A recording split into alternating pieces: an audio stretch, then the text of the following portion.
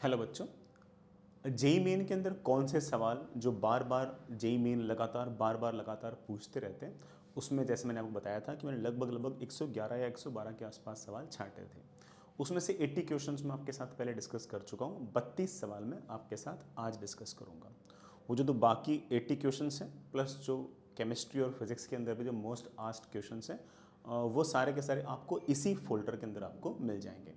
मैंने पिछले वाले जो सवाल थे वो लाइव डिस्कस किए थे, बट लाइव मुझे थोड़ा सा इनएफिशिएंट लगा क्योंकि उस लाइव के अंदर जो पढ़ने वाले बच्चे थे उसकी संख्या कम थी एंड जो ऐसे ही फालतू बातें करने वाले बच्चे थे उनकी संख्या थोड़ी सी ज़्यादा थी। तो मुझे ऐसा लगा कि शायद बच्चों का टाइम वेस्ट ज़्यादा हुआ। मैंने क्लास में डिस्कस भी किया तो बच्चों ने कहा कि सर आप तो रिकॉर्डेड लेक्चर के थ्रू ही पढ़ाइए, वो हमारे लिए ज़्यादा एफिशिएंट होगा और हम हमारे टाइम को बेटर तरीके से यूज़ कर पाएंगे।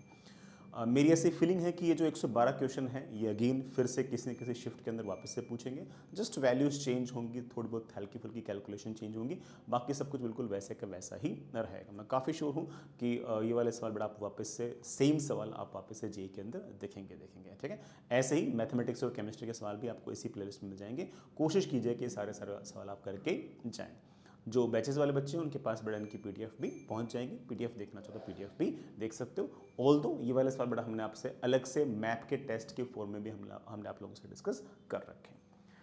बहुत ही आसान सा सवाल है लेकिन बहुत सारे बच्चों को फॉर्मूला नहीं याद होता। दो इमिसिबल लिक्विड है जिसका रिफ्लेक्टिव इंडेक्स 8/5 और 3/2 है, एक बीकर के अंदर रखे हुए हैं। The height of each column is 6 centimetre. बड़ा लेट से कि ये वाले थिकनेस में एक बार के लिए T2 लिख देता हूँ, ये वाले थिकनेस में एक बार के लिए T1 लिख देता हूँ। यहाँ का रिफ्लेक्टिव इंडेक्स μ1, यहाँ का रिफ्लेक्टिव इंडेक्स μ2 और बाहर बड़ा कुछ नहीं बोल रखा तो ऑफकोर्स रिफ्लेक्टिव इंडेक्स में 1 मान लेता हूँ। फॉर हाँ, the height of each column is 6 centimetre. एक coin is placed at the bottom. बड़ा बॉटम पर कोई ना कोई इस तरह से कॉइन रखा हुआ है और नियर नॉर्मल विजन, बड़ा मतलब जस्ट बिल्कुल ऊपर से देख रहे हैं यहाँ से।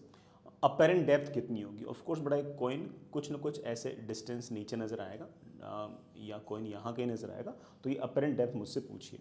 इस अपेरेंट डेप्थ का बड़ा बहुत ही आसान सा फॉर्मूला है। It is very simple. It is T1 upon μ1 upon μ1 upon μ0 plus T2 बड़ा ये वाली लेंथ अपॉन μ2 अपॉन μ0।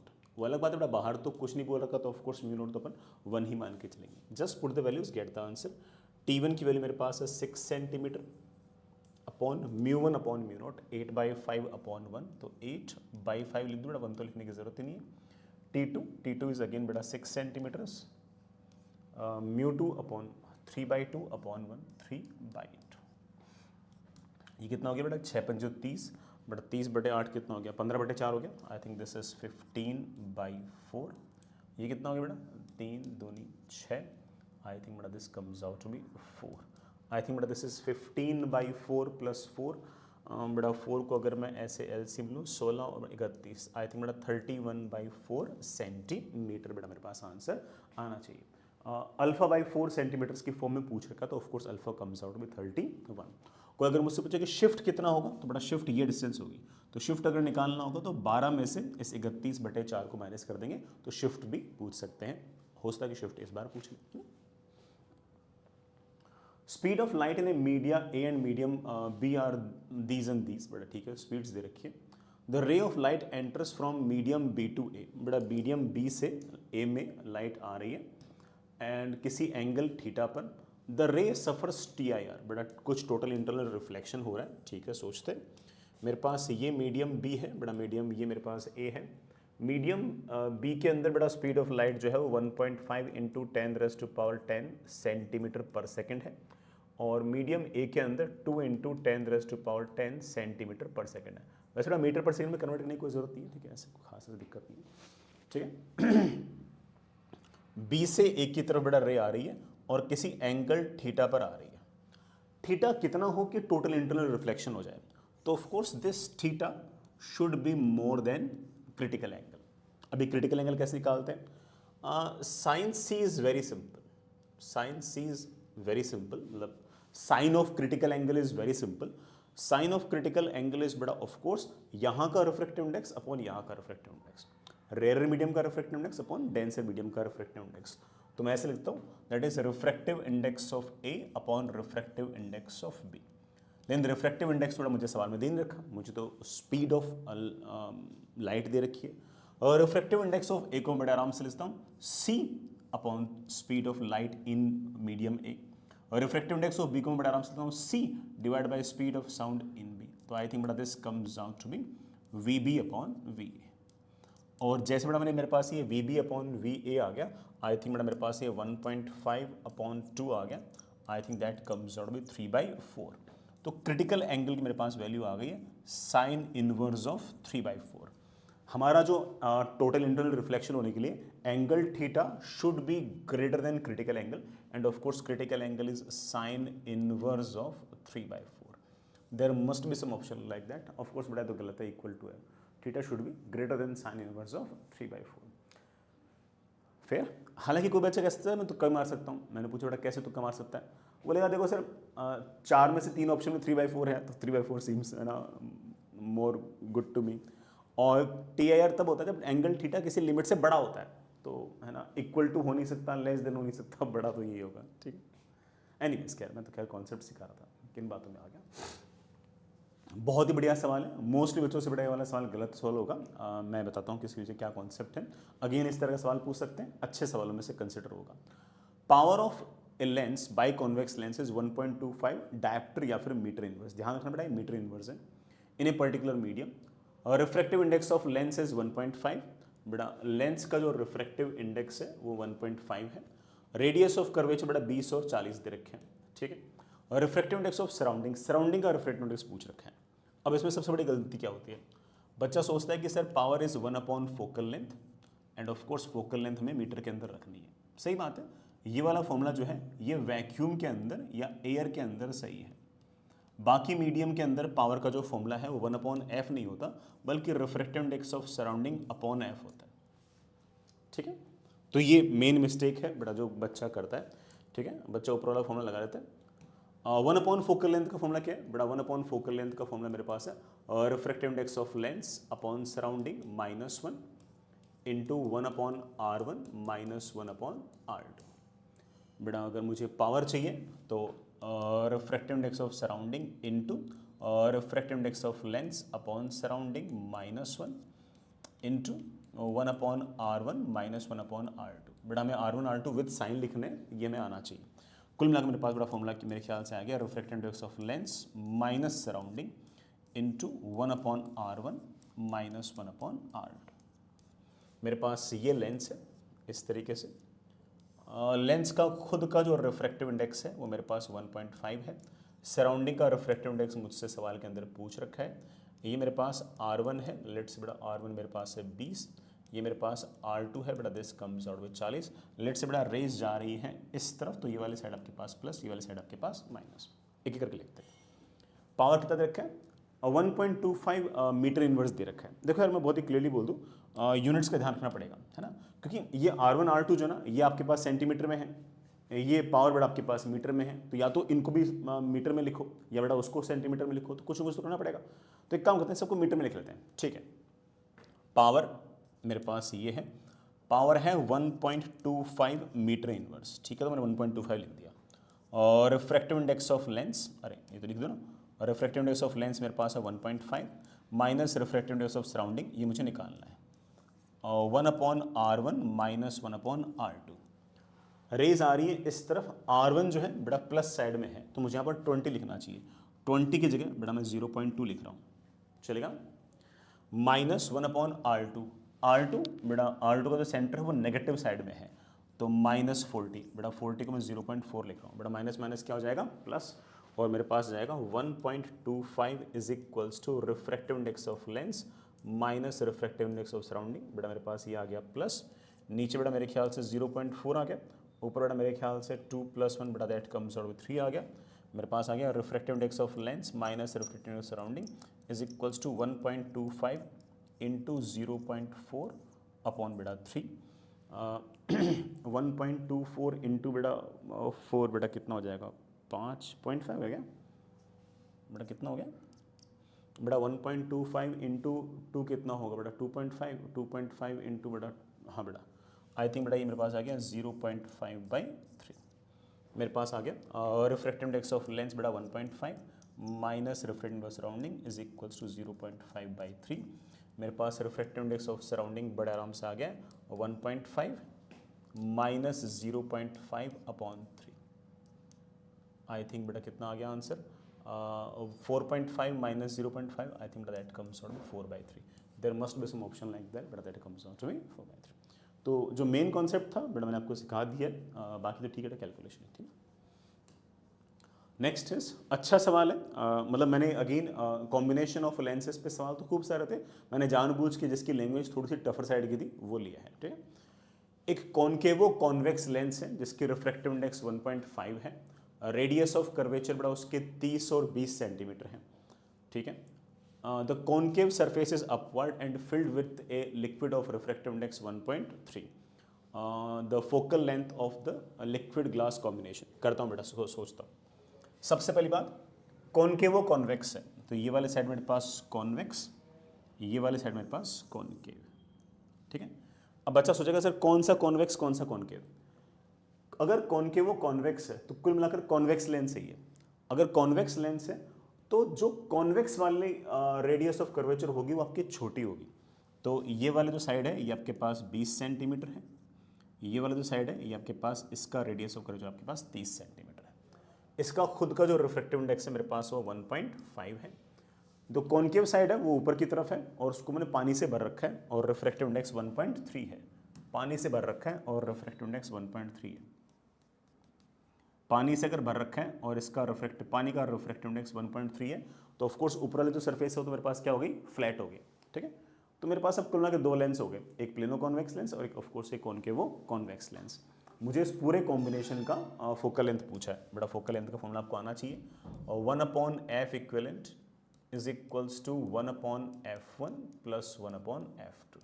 करते हैं बेटा, मेरे पास आ गया 1/f equivalent is equals to 1/f1। बेटा पहले इस f1 मतलब ये जो ऊपर वाला जो लेंस है ना इसकी मैं रेस को इस तरफ जाते हुए मान रहा हूँ बेटा। ये वाले साइड मेरे पास प्लस, बेटा वाले साइड मेरे पास माइनस। इसकी refractive index 1.3 minus 1 into 1/r1 बेटा फ्लैट है इसलिए इन्फिनिटी माइनस 1/r2। r2 बेटा कितना है 30 है, लेकिन 30 का सेंटर नेगेटिव साइड में है तो -30 वाला बदल माइनस माइनस बेटा प्लस हो जाएगा प्लस 1/f2। अब बेटा इसका f2 लिखना है और ये सारे f1 f2 बेटा इन एयर लिखने होते हैं ठीक है। तो 1.5 माइनस 1 1.5 माइनस 1 इंटू बेटा क्या 1/r1 बेटा r1 ये नेगेटिव साइड में है -30 माइनस 1/r2 r2 बेटा नेगेटिव साइड में दैट इज -20। बेटा मेरे पास जाएगा 1/f equivalent is equals to 0.3 into बेटा 1/30 प्लस 0.5 इंटू बेटा ये माइनस माइनस बेटा मेरे पास क्या हो गया प्लस, तो मेरे पास आ गया I think that is 1/20 minus बेटा 1/30। 1/f equivalent is equals to बेटा 3/300। आई थिंक बेटा मेरे पास ये 1/100 आ गया ठीक है, प्लस 0.5 इंटू बेटा मेरे पास यहाँ पर क्या एलसीएम आ गया 60 आ गया, ये बेटा मेरे पास 1 आ गया। आई थिंक बेटा this comes out to be 1/100 plus बेटा ये कितना हो गया बेटा ये मेरे ख्याल से हो गया बेटा ये है ना नीचे बेटा कितना आ गया मेरे पास 60 है ना, और 3 माइनस 2 बेटा मेरे पास 60 आते ही मेरे पास ये 1 आ गया। 0.5/60 बेटा मेरे ख्याल से ये कितना आ गया, आई थिंक बेटा मेरे पास ये आ गया शायद 1/120। बेटा एलसीएम कितना आएगा 600 बेटा एलसीएम 600 बेटा मैं एलसीएम ले लिया तो 6 तो यहाँ पर आ गया बेटा 5 मेरे ख्याल से यहाँ पर आ गया। और एफ इक्विवेलेंट निकालने के लिए ऑफकोर्स बेटा मुझे इसको उल्टा करना पड़ेगा, तो एफ इक्विवेलेंट की वैल्यू आ गई है 600/11। ऑफकोर्स बेटा सब कुछ सेंटीमीटर्स में, तो हमारे पास ये बड़े प्यार से आंसर आ गया ठीक है। अगला सवाल हीट ट्रांसफर का अच्छा सवाल है, मतलब अच्छा सवाल इन द सेंस ऐसे कह सकते हैं कि ना हीट ट्रांसफर ने सबसे ज़्यादा जो सवाल पूछे ना वो मेरे ख्याल से के इक्विवेलेंट पे ही पूछे। किसी बच्चे ने अगर फॉर्मूले नहीं देखे तो सीरीज और पैरेलल दोनों में के इक्विवेलेंट के फॉर्मूले ज़रूर देख लेना। मेरे पास दो प्लेट है, थर्मल कंडक्टिविटी के और 2K है, और इस तरह से बड़ा एक कंपाउंड प्लेट बना दी। एक की थिकनेस बड़ा 4 है, एक की थिकनेस 2.5 है। मैं एक काम करता हूँ, मैं वेरिएबल में लिखता हूँ जिससे आपको एटलीस्ट फॉर्मूले याद हो जाएं। तो इसकी थर्मल कंडक्टिविटी K1 है, इसकी थर्मल कंडक्टिविटी K2 है, इसकी थिकनेस L1 है, इसकी थिकनेस L2 है। क्रॉस सेक्शनल एरिया दोनों का सेम है। Equivalent thermal conductivity of the compound plate पूछिए बेटा, पूरी जो प्लेट है ना उसकी इक्विवेलेंट थर्मल कंडक्टिविटी पूछिए।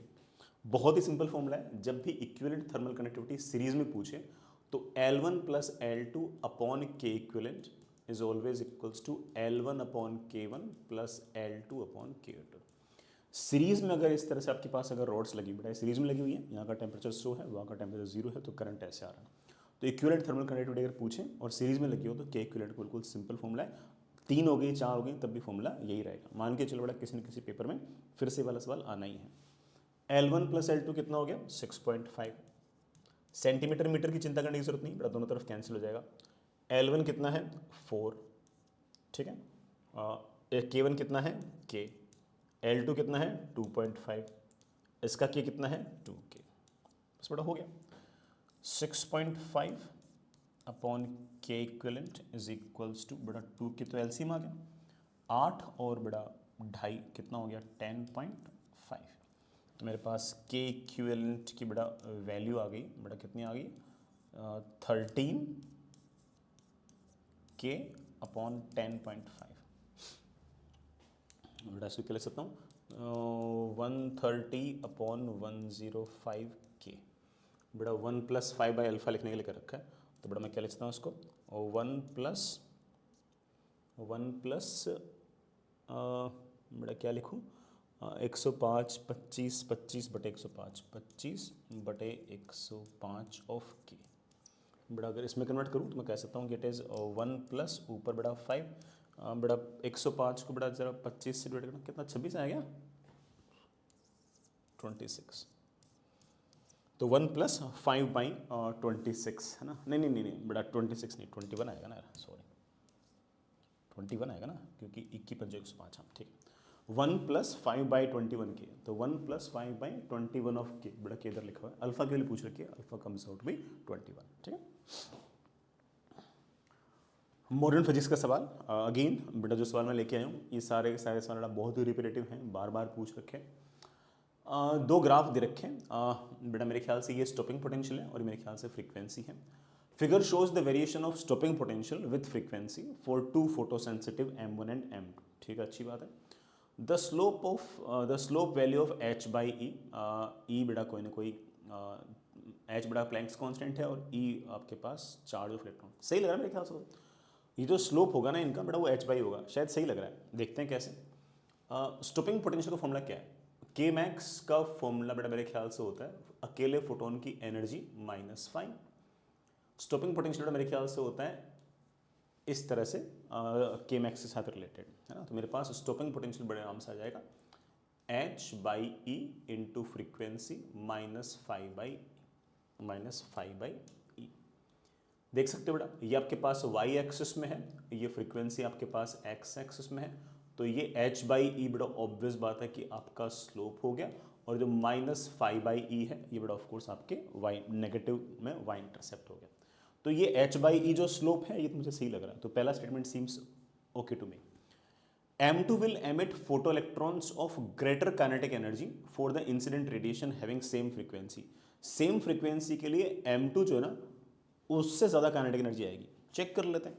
लेट्स से कि मैंने ये वाली फ्रीक्वेंसी दी है ना, इस फ्रीक्वेंसी में अगर ध्यान से देखो तो बड़ा ऑफकोर्स M2 का स्टॉपिंग पोटेंशियल कम आ रहा है और M1 का स्टॉपिंग पोटेंशियल ज़्यादा आ रहा है। अब जिसका स्टॉपिंग पोटेंशियल ज़्यादा होगा उसका के मैक्स ज़्यादा होगा, तो M1 से बड़ा ऑब्वियस बात है कि के मैक्स आपका ज़्यादा आएगा और M2 से कम आएगा। तो ये तो झूठ बोल दिया है ना, तो उल्टा ही बोल दिया, तो ऑफकोर्स आपका जो स्टेटमेंट 2 है आपका वो गलत है। तो स्टेटमेंट 1 सही है, स्टेटमेंट 2 बेटा आपका गलत है। ये शायद सवाल थोड़ा सा न्यूमेरिकली बेटर लग रहा है, लेकिन इस तरह के सवाल अगेन लाइन से बड़ा खूब पूछ रखे। सवाल क्या है? The threshold frequency of a metal is F0। इसका मतलब जो वर्क फंक्शन है ना उसको हम बड़े आराम से लिख सकते हैं H into F0। When light of frequency 2F0 is incident on the metal surface, the maximum speed of electron is v1। ठीक है, मैक्सिमम काइनेटिक एनर्जी को हम फिर इलेक्ट्रॉन को बड़ा आराम से लिखते हैं half mass of electron into V1 का स्क्वायर, और इसका फॉर्मूला क्या होता है, H इंटू फोटोन की फ्रीक्वेंसी, बड़ा फोटोन की फ्रीक्वेंसी है 2f0 माइनस वर्क फंक्शन, बड़ा वर्क फंक्शन है hf0। ठीक है, अब क्या कह रहा है, When the frequency of incident radiation is increased to 5f0, अगर मैंने फ्रीक्वेंसी 5f0 कर दी है तो ऑफकोर्स अकेले फोटोन की अगर एनर्जी बढ़ गई तो kmax भी बढ़ जाएगा। तो अब maximum speed of photo electron आपके पास स्पीड v2 हो जाएगी। स्पीड अगर v2 हो गई तो इलेक्ट्रॉन के पास काइनेटिक एनर्जी कितनी हो गई, half into m into v2 का square, that is equals to h into photon की फ्रीक्वेंसी, बड़ा फोटोन की फ्रीक्वेंसी है h 5 times f0 minus h times f0। I think but this comes out to be hf0, I think but this comes out to be 4 times hf0। बड़ा दोनों को divide किया तो बड़ा मेरे ख्याल से v2 अपॉन v1 की वैल्यू बड़ा मेरे ख्याल से 2 आ गई होगी। देयर मस्ट बी बड़ा some option like that, v1 upon v2 बड़ा आपके पास हाफ आ गया। ठीक है, तो पहला ऑप्शन मेरे को अच्छा लग रहा है। ठीक है, नेक्स्ट इज, ये स्टेटमेंट वाले सवाल मेरे ख्याल से सबसे ज़्यादा पूछते हैं और बच्चों से गलत भी ये होते हैं। हालांकि जिन बच्चों से बड़ा इसके स्टेटमेंट वाले सवाल गलत होते हैं उनको मैं कहूँगा कि थ्योरी वापस से देखें, मैंने हर बात को हर बड़े आराम से इत्मीनान से फुल डिटेल के अंदर एक एक करके पढ़ाया है। ठीक है, the square of maximum speed of photo electron varies linearly with the frequency of the incident light. सही बात है बेटा, इलेक्ट्रॉन के पास जो काइनेटिक एनर्जी होगी that is equals to hf minus 5। तो v स्क्वायर जो है ना वो फ्रीक्वेंसी के साथ लीनियरली वेरी कर रहा है। पहला स्टेटमेंट तो बिल्कुल सही है, तो ए इज करेक्ट, और मेरे ख्याल से बड़ा करेक्ट वाले ऑप्शन ही पूछ रखे हैं। अब मजे की बात देखो कि इसमें ए नहीं है, इसमें ए नहीं है, तो 3 और 4 तो चेक करने की जरूरत ही नहीं है।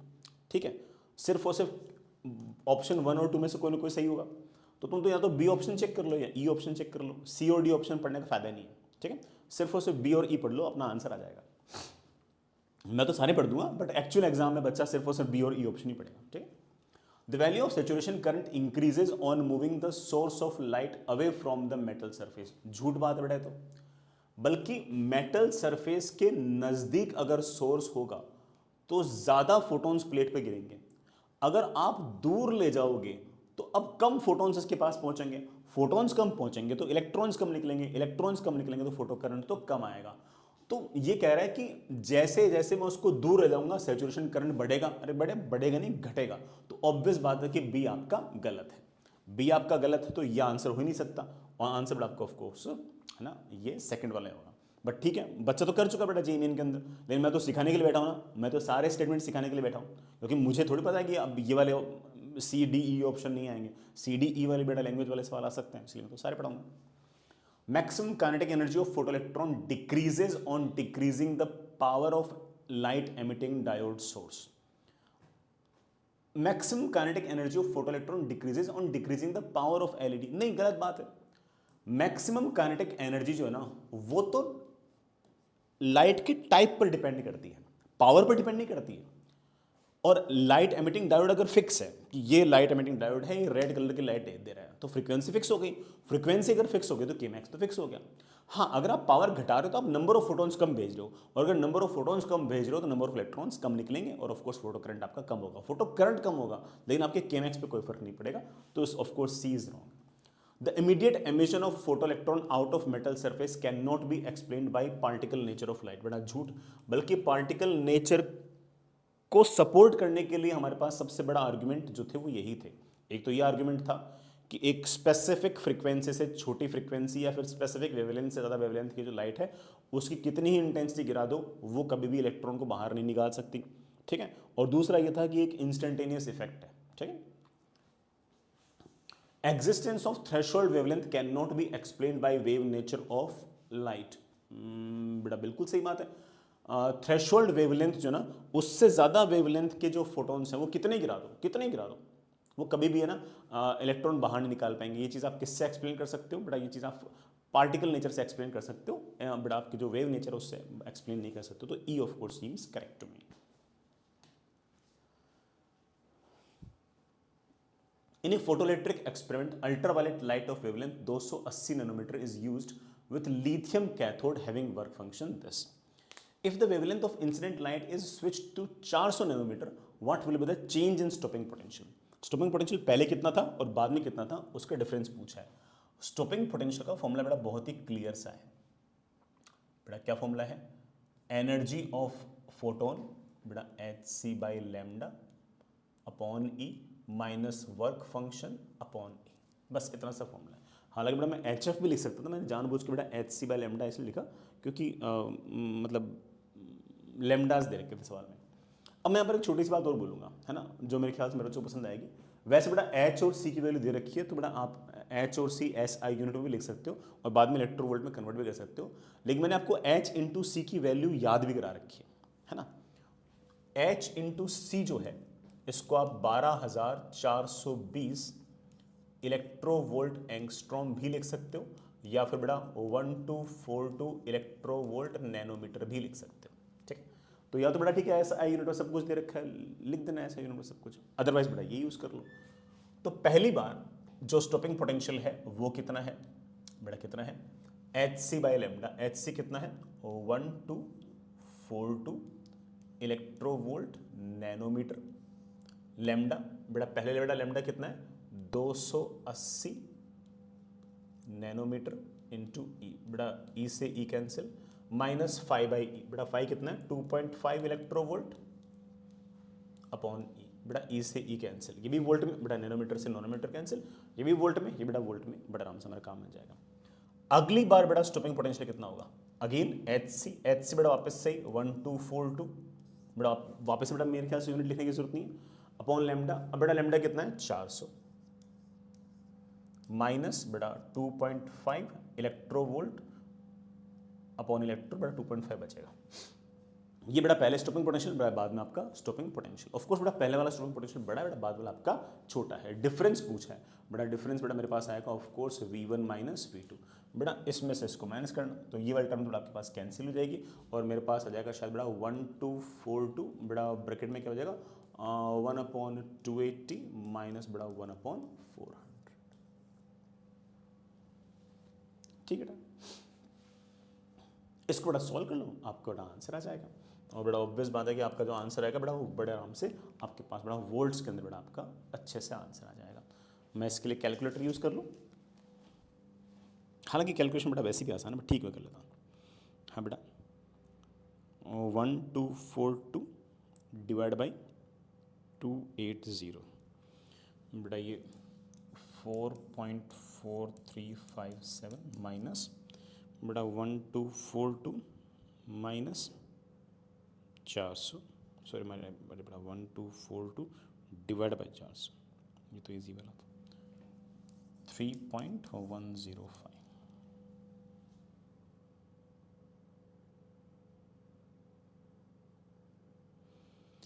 बड़ा ये मेरे ख्याल से वैल्यू जो है बड़ा शायद ये 1.33 वोल्ट के आसपास आ गई। बड़ा इसके सबसे नज़दीक बड़ा कौन सा है, ऑफ कोर्स आपको 1.3 वोल्ट बड़ा इसके बिल्कुल नज़दीक है, इसको आप टिक लगा सकते हो। ठीक है, ये आपका आंसर आ गया।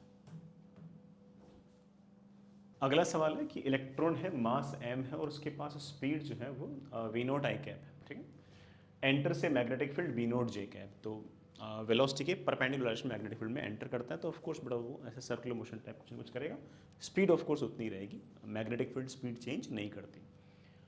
मुझसे पूछा है कि t इज इक्वल टू 0 पर अगर डी ब्रोगली वेवलेंथ अगर लैम्डा नॉट है तो t टाइम बाद डी ब्रोगली वेवलेंथ कितनी होगी, उतनी रहेगी, क्योंकि डी ब्रोगली वेवलेंथ का फॉर्मूला बड़ा हम जानते हैं कि that is equals to h अपॉन mv, v मतलब बड़ा of course speed.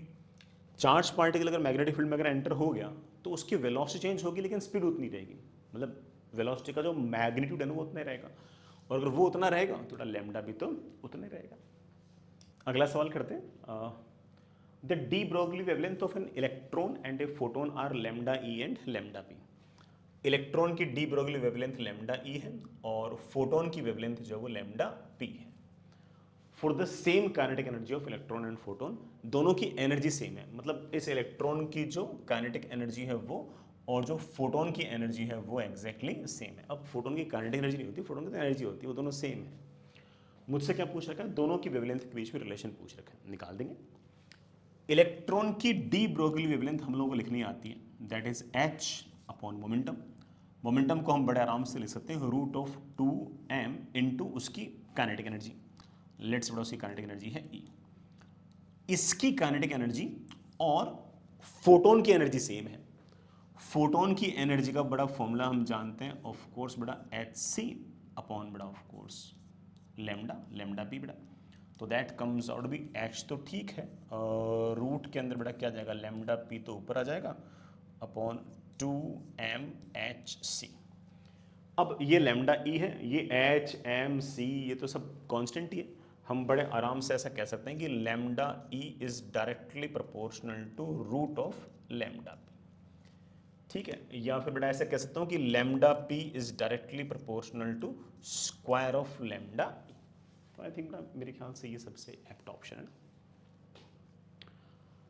The radius of third stationary orbit of electron of Bohr's atom is R, ठीक है, जो थर्ड स्टेशनरी ऑर्बिट है मतलब n इक्वल टू 3, इसे बेटा हम सेकेंड एक्सेलरेट स्टेट भी कहते हैं, याद रखना ये वर्ड, ये रेडियस r है, मैं बड़ा आराम से देता हूँ, r इज इक्वल्स टू बेटा क्या r naught into N square upon z, तो मैं लिख सकता हूँ r is equals to r naught बेटा 3 का square 9 upon z, this is my question number 1। The radius of fourth stationary orbit, fourth stationary orbit की रेडियस क्या होगी, लेट्स से वो होगी r dash is equals to r naught, n की जगह क्या दिया 4, बड़ा 4 का स्क्वायर कितना हो गया 16, बड़ा this comes out r dash की मेरे ख्याल से वैल्यू आ गई, आई think that is 16/9 times of r, बड़ा दोनों को डिवाइड कर दिया हमारे पास बड़े आराम से ये आंसर आ गया, बड़ा there must be some option like that 16/9 times of r। अगला सवाल करते हैं, speed of electron in Bohr's seventh orbit of hydrogen atom is 3.6 into 10 raised to power 6 meter per second.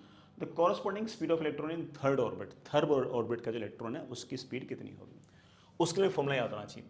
Formula बेटा मेरे ख्याल से कुछ इस तरह से v is equals to 2.18 into 10 raise to power 6 metre पर second into z by n. ये वाली जो वैल्यू है बड़ा ये इंपॉर्टेंट नहीं है ना, कुछ कुछ ऐसे लेता हूँ, v is equals to we naught into Z by N. मेरे लिए बस इतना सा फॉर्मूला काफ़ी, क्योंकि एक n दे रखा है उसमें स्पीड दे रखी है, दूसरा n दे रखा है उसमें स्पीड पूछ रखी है। सेवेंथ ऑर्बिट में स्पीड है 3.6 into 10 raise to power 6 metre पर second is equals to we naught into बड़ा हाइड्रोजन है तो z की वैल्यू बड़ा 1, n की बड़ा वैल्यू 7। स्पीड इलेक्ट्रॉन की कितनी होगी अगर इलेक्ट्रॉन आपका थर्ड ऑर्बिट में है, तो v is equals to we naught z बेटा 1 और n की बेटा वैल्यू में comes out to be 3। I think बेटा जैसे मैंने डिवाइड किया बेटा v की बेटा मेरे ख्याल से वैल्यू आ गई है 3.6 into 10 raise to power 6 into 3/7। सही तो है ना बेटा, सॉरी उल्टा लिख दिया ना, इंटू 7/3, बेटा ये कितना हो गया 1.2, बड़ा 1.2 इंटू 7 कितना हो गया 1284, 8.4 into 10 raise to power 6 metre पर second. There must be some option like that. Of course, but the option comes out to be the fourth one. Next is for a hydrogen atom, the ratio of largest wavelength of the Lyman series to that of the Balmer series. Balmer series और Lyman series की जो largest wavelength है ना, उनका ratio पूछ रखा है, ठीक है। करते हैं बेटा इस बात को, लैम्डा लार्जेस्ट होगा तो एनर्जी सबसे कम होगी, because energy equals to H C by lambda, lambda बड़ा है तो एनर्जी छोटी है। अब लाइमन सीरीज में इलेक्ट्रॉन जो है ना वो ऊपर से कूद के 1 पे आता है ना, ऊपर से कूद के बेटा 1 पे आता है कि नहीं, ऊपर से कूद के बेटा 1 पे आता है, उसमें से मुझे सबसे बड़ी वेवलेंथ चाहिए, सबसे बड़ी वेवलेंथ, सबसे कम एनर्जी बेटा कौन सी होगी, 2 से 1 पे होगी, और 2 से 1 पे होगी बड़ा फॉर्मूला लगा सकते हो 1 बाई लेमडा, बड़ा लाइमन सीरीज इसलिए एल लिख दूँ इज इक्वल्स बड़ा फॉर्मूला क्या है आर जेड स्क्वायर इंटू बड़ा 1/1 का स्क्वायर माइनस बड़ा 1/2 का स्क्वायर। हालांकि बड़ा जेड की वैल्यू 1 ही आएगी, बट ठीक है क्योंकि हाइड्रोजन एटम है ना, तो मेरे पास आ गया 1/λ of Lyman is equals to R into बड़ा आई थिंक 3/4। इसी तरह से बाल्मर सीरीज में बेटा इलेक्ट्रॉन जो होगा ना वो 3 से 2 पे आएगा, 4 से 2 पे आएगा, 5 से 2 पे आएगा। उनमें सबसे बड़ी वेवलेंथ किसकी होगी, जिसके पास एनर्जी सबसे कम होगी, सबसे कम एनर्जी बेटा ऑफ कोर्स 3 से 2 होगी। मैं बड़े आराम से लिखता हूँ कि 1/λ of Balmer series will be equal to R बड़ा जेड अगेन 1 इंटू 1/2 का स्क्वायर बड़ा माइनस 1/3 का स्क्वायर। आज तो बेटा आर तो ठीक है बेटा, बड़ा ये कितना हो गया 1/4 माइनस 1/9, बड़ा ये तो आ गया 36, ये आ गया बड़ा मेरे ख्याल से 5। बड़ा दिस माई इक्वेशन नंबर 2। बड़ा रेशियो पूछ रखा है, लाइमन का बड़ा पहले और बाल्मर का बड़ा बाद में, तो मेरे ख्याल से मैंने इसको दिस अपॉन दिस किया, इक्वेशन 2 डिवाइड बाय बड़ा इक्वेशन 1 किया, बड़ा दिस अपॉन दिस करूँगा तो lambda L upon lambda B आ जाएगा, बड़ा आपका आर आर कैंसिल, 5/36 अपॉन बड़ा ये कितना हो जाएगा 3/4, बड़ा 9 चौक 36, I think 5/27। There must be some option like that, but of course that comes out 5:27। ठीक है।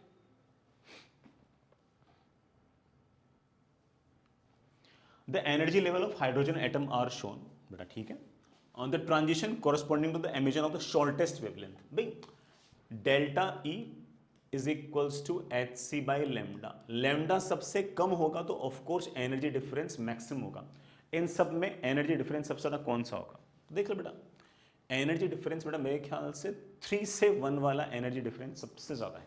हालांकि इससे भी ज़्यादा एक हो सकता था, कौन सा, कि 4 से 1 पे आने वाला, लेकिन 4 से 1 वाला तो बेटा कुछ दिखाई नहीं रखा, तो बेटा मेरे ख्याल से 3 से 1 पे आने वाला जो है इसका एनर्जी डिफरेंस सबसे ज़्यादा है, तो डी वाला बड़ा आंसर होना चाहिए, डी वाला है ना, ये मेरे ख्याल से 3 4 2 1 के जोड़ा मेरे ख्याल से ऐसे A B C D type कुछ लिखते हैं ना।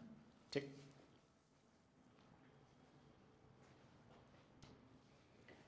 A nucleus has a mass number A1 and volume V1.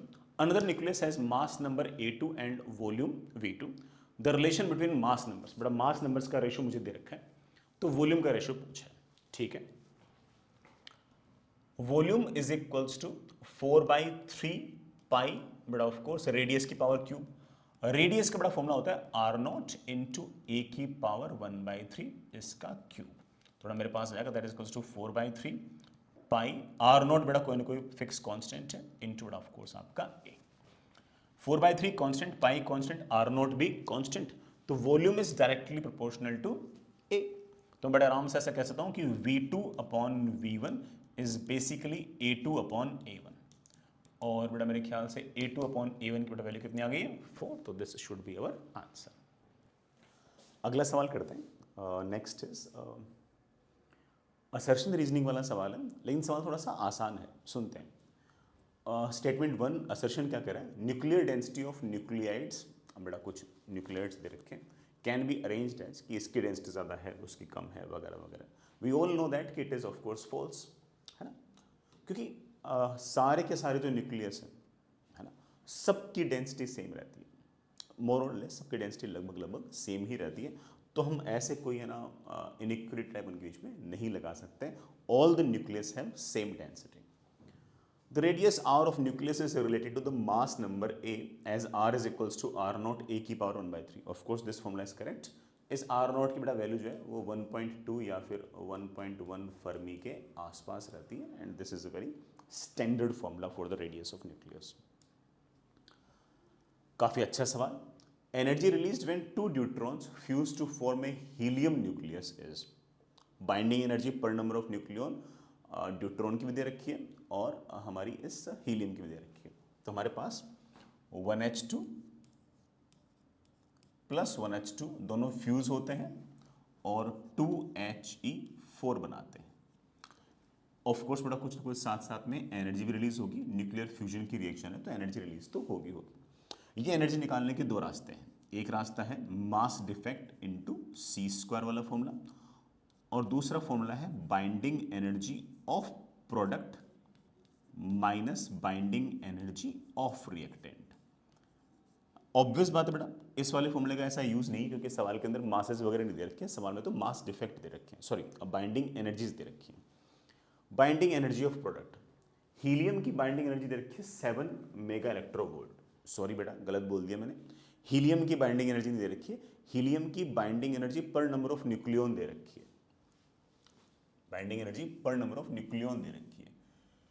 एक न्यूक्लियन के पास अगर बाइंडिंग एनर्जी 7 मेगा इलेक्ट्रोवोल्ट है तो हीलियम के पास तो 4 नंबर ऑफ न्यूक्लियंस है, तो कितनी बाइंडिंग एनर्जी होनी चाहिए, 28 होनी चाहिए।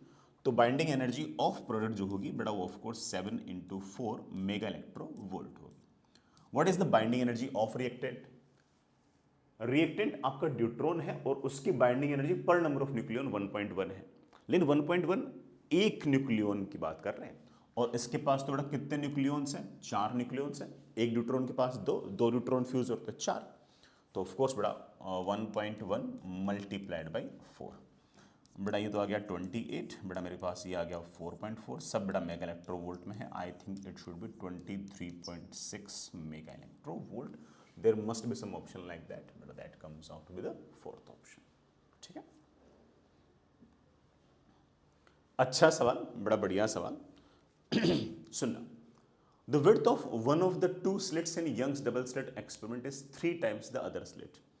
एक स्लिट है बेटा, उसकी थिकनेस t है, दूसरे की थिकनेस 3t है। ठीक है, if the amplitude of the light coming from slit is proportional to slit width, ऐसा होता नहीं है, ऐसा सवाल में उसने लिख रखा है, तो मान लेंगे हमारा क्या है, तो इसका मतलब इसमें से जो इलेक्ट्रोमैग्नेटिक वेव आ रही है उसका एम्पलीट्यूड अगर ई नोट है, तो इसमें से जो लाइट आ रही है उसका एम्पलीट्यूड 3 ई नोट है। तो बड़े आराम से कह सकता हूँ कि इसमें से जो लाइट आ रही है उसकी इंटेंसिटी अगर आई नोट है, तो इसमें से जो लाइट आ रही है उसकी इंटेंसिटी आपके पास 9 टाइम्स ऑफ आई नोट है, because intensity is directly proportional to electric field या मैग्नेटिक फील्ड के एम्पलीट्यूड का square. The ratio of minimum to the maximum intensity of the interference, ये दोनों वेव्स बड़ा सामने किसी जगह इंटरफेयर करती हैं और जिस पॉइंट पे इंटरफेयर करती हैं वहाँ पर बेटा मैक्सिमम और मिनिमम इंटेंसिटीज का रेशियो पूछा है, उसका मैं फॉर्मूला आता है हमारे पास, मैक्सिमम सॉरी बेटा मिनिमम इज टू मैक्सिमम पूछा है, मिनिमम इज टू मैक्सिमम, तो मिनिमम ऊपर मैक्सिमम नीचे है ना, the ratio of minimum to maximum है ना, ऐसा पूछा। तो मिनिमम इंटेंसिटी का बड़ा फॉर्मूला होता है root of I1 minus root of I2 का स्क्वायर, मैक्सिमम इंटेंसिटी होती है root of I1 plus root of I2 का स्क्वायर, तो this comes out to be root of I naught minus root of 9I naught का square, नीचे बड़ा क्या जाएगा root of I naught plus root of 9I naught का square, I naught थोड़ा ऊपर से कैंसिल, ये बड़ा 1 माइनस 3 क्योंकि 9 का रूट 3 आएगा ना, 1 माइनस 3 इज 2, 2 का square of course comes out to be 4, ये बड़ा 1 प्लस 3 कितना हो गया 4, 4 का square comes out to be 16, I think बड़ा that comes out 1:4, so answer should be बड़ा व्हाट 1:4। ठीक है, वैसे एक बात तो बता दूं, minimum is to maximum intensity का रेशियो पूछा है, तो ऑफ कोर्स इस x की वैल्यू 4 से तो कम ही आनी चाहिए, तो ये क्या हो सकता है 1 हो सकता है, 2 हो सकता है, 3 हो सकता है, तो कभी अगर मारेगा तो 1 2 3 मारेगा, है ना, 4 5 6 तो मारने से रहा। ठीक है, तो 0 तो ऐसे नहीं मार सकता क्योंकि बेटा दोनों इंटेंसिटीज अगर सेम होती ना तब जाके मिनिमम इंटेंसिटी आपकी 0 होती है, अदरवाइज मिनिमम 0 नहीं होती। तो अगर कोई तुक्का मारेगा तो यहाँ पर 1 लिख सकता है, 2 लिख सकता है, 3 लिख सकता है ना, 4 तो नहीं लिख सकता क्योंकि मिनिमम और मैक्सिमम का रेशियो 1:1 थोड़ी हो सकता है, 5 भी नहीं लिख सकता, ऐसा हो कि मिनिमम की इंटेंसिटी मैक्सिमम से ज़्यादा हो, तो अगर तुक्का भी मारेगा तो वो 1 2 3 ही मारेगा। हालांकि जो बच्चा इतना सोच पाएगा तुक्का मारने के लिए वो तो सॉल्व ही कर लेगा ना, उसका दिमाग तो इतना तेज काम कर ही रहा होगा ना। ठीक है, अच्छा सवाल है, जो फॉर्मूले अपन ने याद कर रखे हैं उस फॉर्मूले से सवाल ना बने और उस फॉर्मूले के जो कॉन्सेप्ट है उससे बने, इस तरह का सवाल है। एक यंग्स डबल स्लिट एक्सपेरिमेंट है, 2 स्लिट्स हैं S1 S2 D डिस्टेंस पे हैं, separation from the slits to the screen is capital D as shown in figure. Now if the 2 transparent slabs of equal thickness 0.1 millimetre but refractive index are produced, ये बड़ा 2 slabs लगा दी इनके सामने, है ना, और इन दोनों की थिकनेस सेम है, रिफ्रैक्टिव इंडेक्स अलग है, एक S1 के सामने एक S2 के सामने।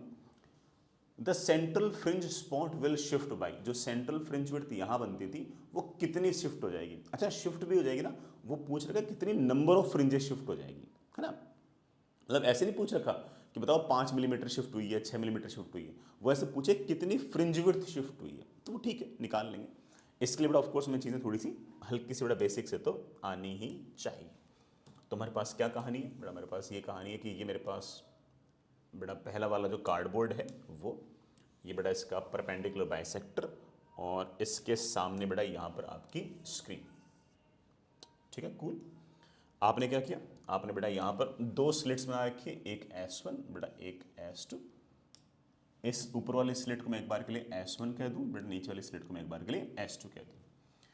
इस स्लिट S1 के सामने मैंने बेटा ऐसे एक ट्रांसपेरेंट स्लैब, बेटा इसके सामने एक ट्रांसपेरेंट स्लैब, इसकी थिकनेस भी बेटा T है इसकी थिकनेस भी बेटा टी है, इसका रिफ्रैक्टिव इंडेक्स म्यू1 है बेटा, इसका रिफ्रैक्टिव इंडेक्स म्यू2 है ना। ये वाला सवाल जैसे ही हो जाए ना बेटा, वैसे इसकी थिकनेस T1 और इसकी थिकनेस T2 के लिए भी एक फॉर्मूला निकाल लेना। क्या पता बेटा इस बार दोनों जो स्लैब्स लगा रखी हैं उनकी थिकनेस अलग अलग का टफ सवाल पूछ ले, तो वो भी निकाल लेना, ठीक है। मैं तो बेटा ठीक है प्रॉपर्ली ये वाला सवाल सोल्व कर रहा हूँ, तो मैं तो दोनों की थिकनेस सेम मान रहा हूँ, ठीक है ना। लेकिन आप कर लेना सोरा। अब क्या करूँगा, अब बेटा लाइट आई, इस S1 से लाइट जो ना वो यूँ चल के ऐसे आई, और S2 से जो लाइट है बेटा वो यूँ चल के ऐसे आई किसी पॉइंट पे जो यहाँ से y डिस्टेंस ऊपर है। इस पॉइंट पर पाथ डिफरेंस कितना होगा? पाथ डिफरेंस ऑफ कोर्स होगा बेटा S, बेटा इस पॉइंट को P बोल दूं तो S2P माइनस S1P। बेटा मैंने इसको S2P ना बोलकर S2P डैश बोल दिया बिकॉज आई नो दैट कि बीच में इस लाइट ने कुछ डिस्टेंस जो ना वो किसी और मीडियम में ट्रेवल किया, और किसी और मीडियम अगर ट्रेवल किए तो वो जो लेंथ होती है ना वो जितनी होती है उससे ज़्यादा होनी चाहिए, मतलब उससे ज़्यादा प्रतीत होती है फेज डिफरेंस निकालने के लिए।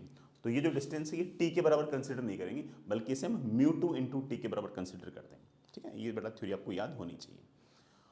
तो ये जो S2P डैश है इसको मैं क्या लिख सकता हूँ, यहाँ से यहाँ तक की लेंथ में से एक बार ये T माइनस कर दो, तो S2P में से मैंने T माइनस कर दिया, और इस लेंथ को T ना लिखकर बेटा आप म्यू2 इंटू टी लिखो, ठीक है,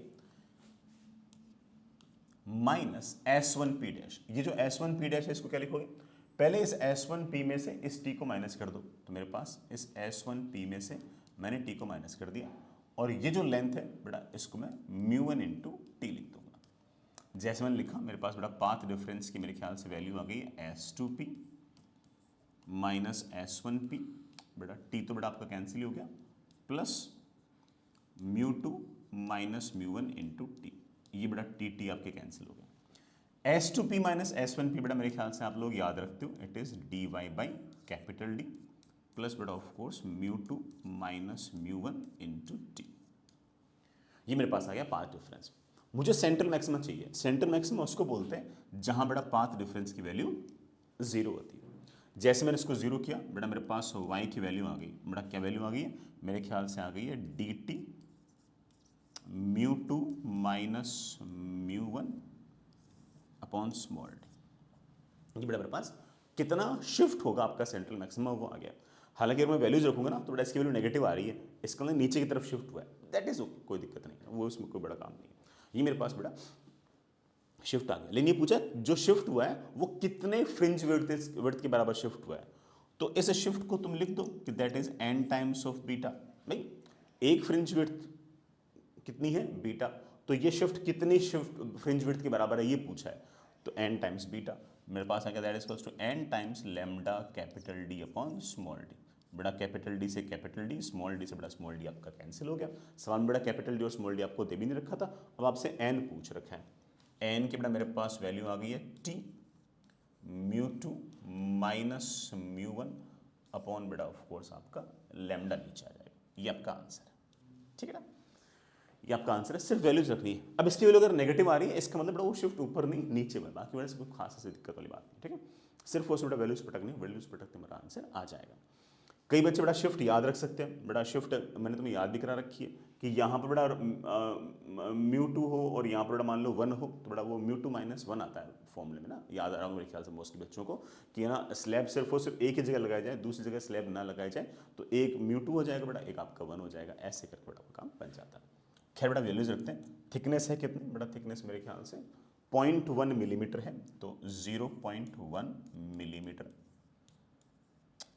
रिफ्रैक्टिव इंडेक्स है बेटा माइनस करना, एक है बेटा 1.55 बेटा, एक है 1.51, बेटा माइनस करूंगा तो आई थिंक 0.04 आ जाएगा।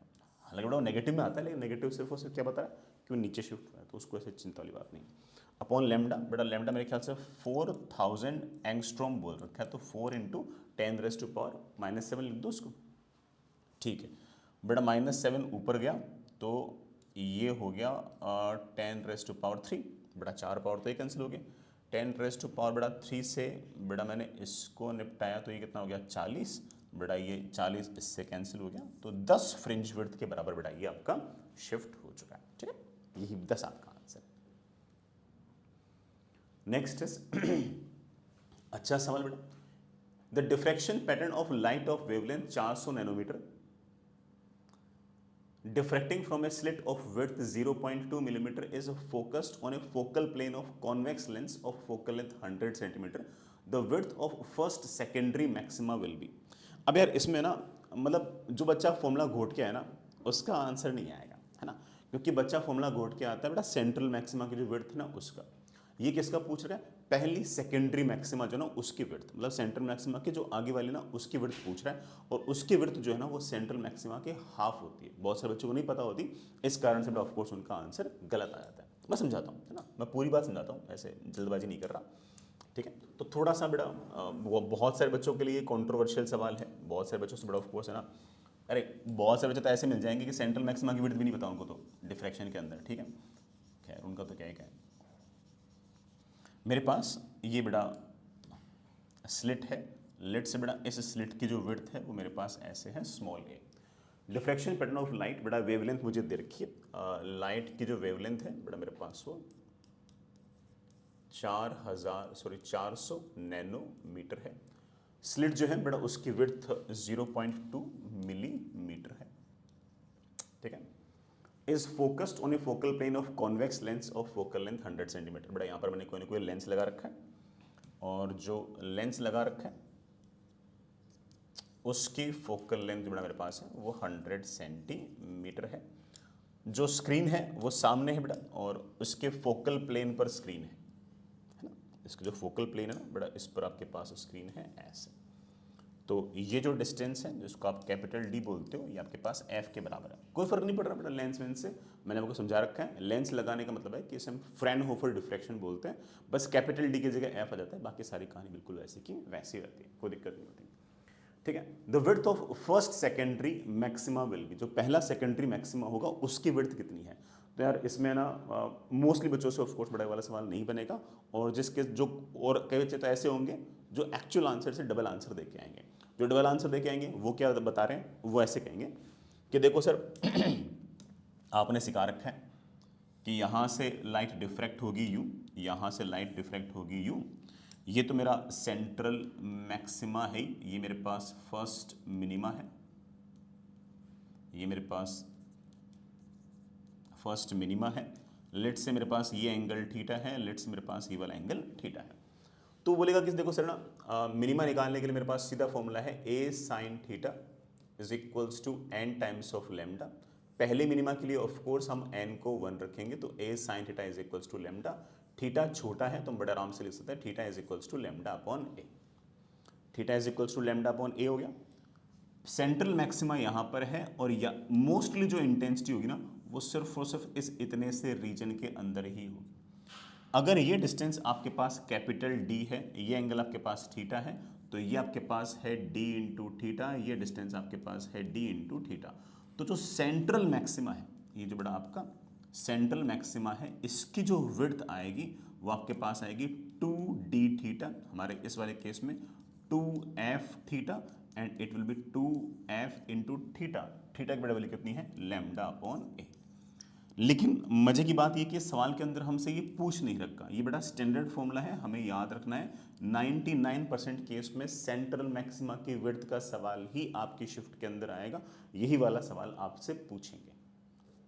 लेकिन ये वाला सवाल अनऑर्थोडॉक्स है, इसने सेंट्रल मैक्सिमा की विड्थ नहीं पूछी है, इसने पहला जो सेकेंडरी मैक्सिमा है, ये तो आपका प्राइमरी मैक्सिमा हो गया ना, मेन मैक्सिमा हो गया। प्राइमरी मतलब मेन, सेकेंडरी मतलब इसके बाद पहला वाला है ना, वो इसका हाफ होगा। वो हाफ क्या होगा मैं समझा रहा हूँ। पहले मैं इस बात को क्लियर कर दूं कि इस बार बेटा जो पेपर है में सवाल आएंगे ना 99% सवाल बेटा ये वाला ही आएगा, ये वाला फॉर्मूला तुमको याद रखना है। लेकिन इतना टफ सवाल भी आ सकता है किसी न किसी शिफ्ट में। तो वो क्या पूछ रहा है, वो पूछ रहा है कि पहला जो सेंट्रल मैक्सिमा है, सेंट्रल मैक्सिमा के बाद जो पहला है उसकी विड्थ बताओ। बेटा बिल्कुल बताएंगे, ये आपका फर्स्ट मिनिमा, यहां कहीं बेटा आपका सेकेंड मिनिमा। फर्स्ट मिनिमा और सेकंड मिनिमा के बीच में भी बेटा आपके पास एक मैक्सिमा आएगा। ऑब्वियस बात है डिफ्रैक्शन में इसकी इंटेंसिटी और इसकी इंटेंसिटी में फर्क होता है। इस सेंट्रल मैक्सिमा की अगर इंटेंसिटी अगर आई नोट होती है तो इसकी इंटेंसिटी आई नोट बाई 22 होती है, मतलब इसकी लगभग लगभग 4-5% के पास ही बेटा इसकी इंटेंसिटी रहती है। इसीलिए सेंट्रल मैक्सिमा इंपॉर्टेंट होता है और ये वाले मैक्सिमा इतने इंपॉर्टेंट नहीं होते। बट ठीक है, सवाल में पूछा तो बेटा करना पड़ेगा ना, मुझे इसकी विड्थ निकालनी है, निकाल लेंगे, बड़े आराम से निकाल लेंगे। सेकेंड मिनिमा कहाँ पर आएगा? सेकेंड मिनिमा आएगा a sine theta is equals to 2 lambda. तो थीटा की वैल्यू बेटा मेरे पास आ गई है 2 लैम्डा अपॉन ए। इसका मतलब ये वाला एंगल मेरे पास है लैम्डा अपॉन ए और ये वाला एंगल मेरे पास है 2 लैम्डा अपॉन ए। तो ऑब्वियस बात है कि ये वाला एंगल मेरे पास है लैम्डा अपॉन ए। और अगर मेरे पास ये वाला एंगल अगर लैम्डा अपॉन ए है, ये डिस्टेंस अगर एफ है, तो बेटा ये डिस्टेंस भी तो लगभग लगभग एफ ही है, सारे एंगल छोटे तो हैं। और अगर ये एंगल बेटा मेरे पास एफ है, तो इस डिस्टेंस को बड़े आराम से लिख सकता हूँ एफ इंटू लैम्डा अपॉन ए। ये बेटा जो बच्चे डी की फॉर्म में याद हो, डी लैम्डा अपॉन ए। कुछ नोटिस किया? इसके मुकाबले बेटा इसका फॉर्मूला जस्ट हाफ है ना। एफ कितना है बेटा? एफ मेरे ख्याल से बेटा कितना है 100। बेटा मुझसे मिलीमीटर में पूछ रखा है सब कुछ, तो सबको मिलीमीटर में रख दूँ, चलो ऐसा यूनिट में कर लेते हैं। एफ कितना बेटा? एफ है आपके पास 100 सेंटीमीटर, मीटर में बेटा ऑफ कोर्स मेरे पास 1 हो गया। लैम्डा कितना है? 400 नैनोमीटर, तो 400 इंटू 10⁻⁻9 हो गया। बेटा ए कितना है? ए कहाँ गया बेटा? ए है 0.2 मिलीमीटर इंटू 10⁻⁻3। बेटा ये हो गया -4, -4 बेटा ऊपर गया तो ये -5 हो गया। ये बेटा 200 इंटू 10⁻⁻5, या बेटा ऑफ कोर्स 2 इंटू 10⁻⁻3। बेटा एक बार कैलकुलेशन जरूर कर लेना, तो बेटा मेरे ख्याल से आपके पास जो आंसर है वो 2 मिलीमीटर आ जाना चाहिए था। हालांकि इसमें 4 मिलीमीटर भी ऑप्शन देना चाहिए था, क्योंकि मोस्टली बच्चा बेटा ऑफ कोर्स 4 मिलीमीटर आंसर ही टिक लगा के आता। ठीक, मैंने बेटा सारी बातें समझा दी। अभी भी मैं बिल्कुल नहीं कह रहा कि बेटा ये वाला सवाल पूछेंगे जेई वाले, ये बेटा पूछ चुके एक बार और मोस्टली बच्चे ऑफ कोर्स गलत करके आते हैं। हालांकि ये गलत बेटा इसलिए नहीं करके आएंगे क्योंकि ऑप्शन उन्होंने अच्छे बना दिए ना, ऑप्शन मतलब ईजी बना दिए। 4 मिलीमीटर अगर ऑप्शन होता तो बच्चा तो निपटता था। तो मोस्ट ये वाला फॉर्मूला बेटा सवाल पूछेंगे, ये वाला बेटा पूछ रहे तो बहुत ही अच्छी बात है, आप पढ़ के जा रहे हो ना। नेक्स्ट इज बढ़िया सवाल, अच्छा सवाल, और मैंने जानबूझ के बेटा ये वाला सवाल लिया है ये बताने के लिए कि ना कैसे कैसे एनटी वाले बेटा कई बार ना सवाल थोड़ा सा बेकार फ्रेम करते हैं, they could use the better words and something like that, है ना। एटलीस्ट ऑप्शंस थोड़े से इजी बना देते तो बच्चा कंफ्यूज नहीं होता। ठीक, हालांकि सवाल आसान है बट एनटी थोड़ा सा इसमें उन्होंने थोड़ी सी गड़बड़ की है, इसलिए मैंने सवाल लिया। 5 वोल्ट की बैटरी है, एक्स और वाई के बीच में लगा दिया है। D1 D2 जो है वो नॉर्मल सिलिकन के डायोड्स हैं, सिलिकन शब्द यूज किया गया है। Find the current supplied by the battery if positive terminal of battery is connected two point X। बेटा यहाँ पर हायर पोटेंशियल, यहाँ पर लोअर पोटेंशियल, 5 वोल्ट की बेटा बैटरी लगा दी है। करंट यू जाएगा, यूँ जाएगा, ये रिवर्स बायस है बेटा, यहाँ से कोई करंट नहीं जाएगा। करंट यूँ जाएगा, यूँ जाएगा, यूँ जाएगा, यूँ जाएगा, यूँ जाएगा, यूँ जाएगा, करंट जो बड़ा बड़ा आपका यूँ निकल जाएगा। सामान्यतः बड़ा बच्चा क्या सोचेगा कि जो करंट होगा वो ऑफ कोर्स फॉरवर्ड बायस में डायोड को बड़ा वो शॉर्ट वायर की तरह मान लेगा, तो 5 वोल्ट डिवाइड बाय 10 ओम, तो इट कम्स आउट में 0.5 एम्पियर। तो करंट जो है वो लगभग 0.5 एम्पियर के बराबर होना चाहिए। बट एनटी ने ये आंसर नहीं दिया, और एनटी ने ये आंसर नहीं दिया ऐसा एक बार नहीं हुआ, कम से कम मुझे याद है कि 3 बार ऐसा हुआ। उन्होंने कौन सा आंसर दिया? उन्होंने आंसर दिया, मैंने आपको बड़ा याद भी कर रखा है, कि सिलिकन के लिए बेटा सिलिकन शब्द यूज कर रखा ना, सिलिकन के लिए फॉरवर्ड बायस में ओवरकम करने के लिए 0.7 वोल्ट आपका वेस्ट होता है, इसे हम नी वोल्टेज भी कहते हैं। आई होप मोस्टली बच्चों को शायद याद होगा, मैंने याद करा रखा है। जर्मेनियम के लिए बेटा इसकी वैल्यू 0.3 वोल्ट होती है, बेटा आज याद करा देता हूँ, क्या पता बेटा इस जर्मेनियम आ जाए। और सिलिकन के लिए बेटा इसकी जो वैल्यू है वो 0.7 वोल्ट होती है। तो उसने अगर सिलिकन बोल दिया है, इसका मतलब इस इंफॉर्मेशन को मुझे यूज करना है। तो इस 5 वोल्ट में से 0.7 वोल्ट तो इस सिलिकन को ओवरकम करने में ही खर्च हो जाएगी। तो बची कितनी? बची बेटा आपके पास सिर्फ और सिर्फ 4.3 वोल्ट, और आपके पास 10 ओम का बड़ा रेजिस्टेंस है, तो आपके पास जो करंट आएगा वो 0.43 एम्पियर आएगा। और 0.43 बड़ा एम्पियर ऑप्शन में था, इसलिए अपन ने इसको टिक लगा दिया। कल को बेटा अगर मान लो कि अगर ये वाला ऑप्शन नहीं हुआ तो ऑफकोर्स बेटा इसी आंसर को टिक लगाना है। लेकिन अगर मान लो कि दोनों अगर हुए तो बेटा उस केस में आज तक का जो एक्सपीरियंस है ना एनटी का, उसके हिसाब से दे वांट दिस आंसर। और ये अगर सिर्फ और सिर्फ अगर एक बार ये चीज़ हो रखी होती ना, तो बेटा मैं वाला सवाल नहीं लेके आता, मैं ऐसे मान के चलता है कि यार ये तो गलती हो गई, उनसे छोड़ो, माफ़ करते हैं। लेकिन ऐसा मुझे 2 या 3 बार याद आ रहा है। ठीक है। और ना ही बेटा उन्होंने ये नी वोल्टेज साइड में कहीं दिया कि सिलिकॉन का नी वोल्टेज या फिर बेटा उसको ओवरकम करने के लिए जो कितना वोल्टेज की आवश्यकता है वो साइड में दिया हो, उन्होंने दे नहीं रखा था, फिर भी उन्होंने ये वाला सवाल पूछ रखा था। तो 2 या 3 बार ऐसा हो रखा है, इसलिए मैंने आपके लिए वाला सवाल ले रखा। तो इस बार अगर आए तो बड़ा ध्यान रखना, अगर आइडियल डायोड शब्द यूज कर देते ना फिर तो दिक्कत नहीं थी, फिर तो बड़ा ऑफकोर्स शॉर्ट मान लेते अपन, कोई दिक्कत नहीं, फिर तो चिल मामला था। लेकिन आइडियल शब्द नहीं यूज कर रखा, थोड़ा उस केस में ऑफकोर्स अपन थोड़ा सा इस चीज को कंसिडर करें। ठीक है, आई होप बड़ा याद रखोगे। अगला सवाल करते हैं। For the circuit shown below calculate the value of I Z. I Z मतलब ये जो जेनर डायोड है इसमें से गुजरने वाला करंट निकाल। अगर मैं चारों के चारों अगर ऑप्शन देखूं तो कोई भी ऑप्शन जीरो नहीं है। जीरो नहीं है इस बात का मतलब ये है कि जो जेनर डायोड है, जो कि ऑफ कोर्स रिवर्स बायसिंग के अंदर लगता है, इसके अंदर पक्की बात है कि ब्रेकडाउन हो चुका है, क्योंकि अगर ब्रेकडाउन ना होता तो करंट जीरो होता। तो वैसे जो एक्चुअल तरीका है ना वो तो ये है कि पहले मैं चेक करना चाहिए कि इसके अक्रॉस जो पोटेंशियल डिफरेंस है ना वो जेनर वोल्टेज से कम है या ज़्यादा है। ठीक है? अगर कम है तो बेटा उस केस में ऑफ कोर्स उसमें से कोई करंट नहीं जाता। अगर ज़्यादा होता है तो फिर हम समझ जाते हैं कि इसमें ब्रेकडाउन हो गया है और अब वो पोटेंशियल 50 वोल्ट जो जेनर वोल्टेज है उसके बराबर ही रहेगा, उसको ओवरकम नहीं करेगा। ये एक्चुअल कॉन्सेप्ट है। बट जब 4 ऑप्शन चेक कर लिए तो इसमें भी ज़ीरो करंट तो है ही नहीं। ज़ीरो करंट नहीं है इसका मतलब पक्की बात है कि ब्रेकडाउन हो चुका है और हमें ब्रेकडाउन मान के ही सवाल कर लेना चाहिए। ठीक है? तो अगर ज़ीरो ऑप्शन होता तो ऑफ कोर्स बेटा हमें सब कुछ चेक करना चाहिए था। ज़ीरो ऑप्शन नहीं है तो चेक करने की ज़रूरत नहीं है। इट मीन्स दैट ब्रेकडाउन हो चुका है। तो करते बेटा। ब्रेकडाउन में होता क्या है? ब्रेकडाउन में होता ये है कि लेट्स से यहाँ का पोटेंशियल 0, तो यहाँ का पोटेंशियल 0, तो यहाँ का पोटेंशियल 0, तो यहाँ का पोटेंशियल आपके पास 100। ब्रेकडाउन हो चुका है इसका मतलब यहाँ का पोटेंशियल 0, तो यहाँ का पोटेंशियल आपके पास 50 वोल्ट। ठीक है? जेनर वोल्टेज अगर 50 वोल्ट है इस बात का मतलब ये है कि ये वोल्टेज को रेगुलेट कर रहा है और 50 वोल्ट से पोटेंशियल डिफरेंस को आगे नहीं बढ़ने। 50 वोल्ट से कम तक चल जाएगा और 50 वोल्ट से अगर कम होता ना तो जेनर डायोड में से कोई करंट जाता ही नहीं। ठीक है? लेकिन अब है ना मामला कुछ कुछ ऐसा है। यहाँ का पोटेंशियल 50 वोल्ट, तो बेटा यहाँ का पोटेंशियल भी आपके पास 50 वोल्ट। यहाँ का पोटेंशियल 100 वोल्ट, बेटा यहाँ का पोटेंशियल 50 वोल्ट, यहाँ पर कुछ ना कुछ करंट आएगा। ये करंट कितना आएगा? 100 minus 50 that is 50 upon resistance, बेटा रेजिस्टेंस इज ऑब्वियसली बेटा 1000 ओम, बेटा 5 बटे 100 आई थिंक बेटा दैट इज 0.05 एम। लेकिन ये 0.05 एम्पियर तो यहाँ से करंट आ रहा है। इसमें से कुछ करंट बेटा ऑफ कोर्स इस लोड में से भी गुजरेगा।